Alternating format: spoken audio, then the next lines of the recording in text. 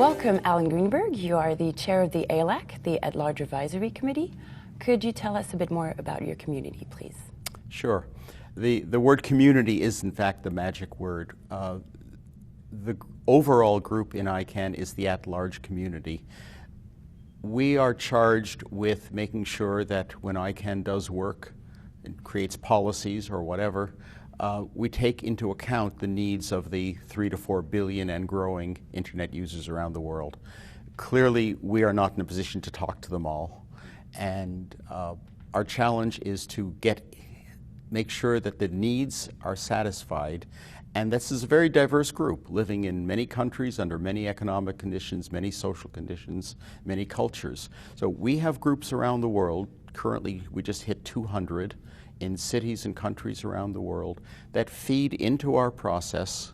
The At-Large Advisory Committee itself is a 15-person committee with 3 people per each of the 5 ICANN regions that coalesce, that bring together the ideas from the rest of the organization and present them to ICANN in various different forms.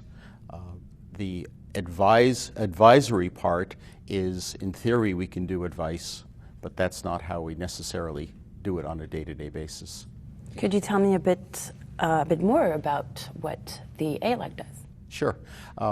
As I said, advice in theory is what we do, but in practice what we do is we participate with the rest of the organization, with the GNSO, the Generic Name Supporting Organization, and the counterpart for country codes.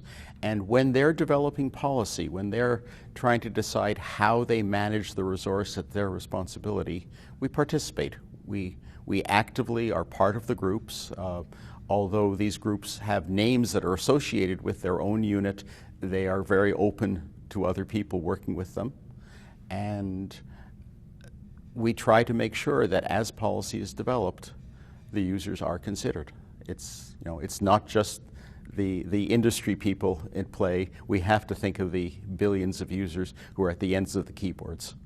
Right. How does the work of the GAC, the Governmental Advisory Committee, and the work of the ALAC relate to each other? Well, we both interestingly use the term public interest. We both think we represent the public interest, and in fact, we do both represent the public interest, often different views of the public interest. Governments have different concerns than we might. The governments may be very concerned about the uses of their country names, for instance, whereas we're more concerned that when your grandmother uses the computer, that she doesn't get confused. And very often, however, the results of those processes we have internally to address the public interest end up with very similar conclusions. And when they do, we work together with the GAC. We try to make sure that if indeed something the GAC is saying is something we believe in, we say so. And hopefully in the other direction as well.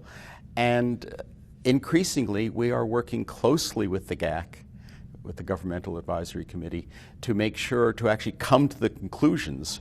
So we're not only reacting after the fact to what people say, but trying to see where there are common goals, where we can work together to achieve our common ends. I have one last question. What are your views in terms of improvements in the GAC's engagement and collaboration with your community and other communities within ICANN? I guess the simple view is delighted.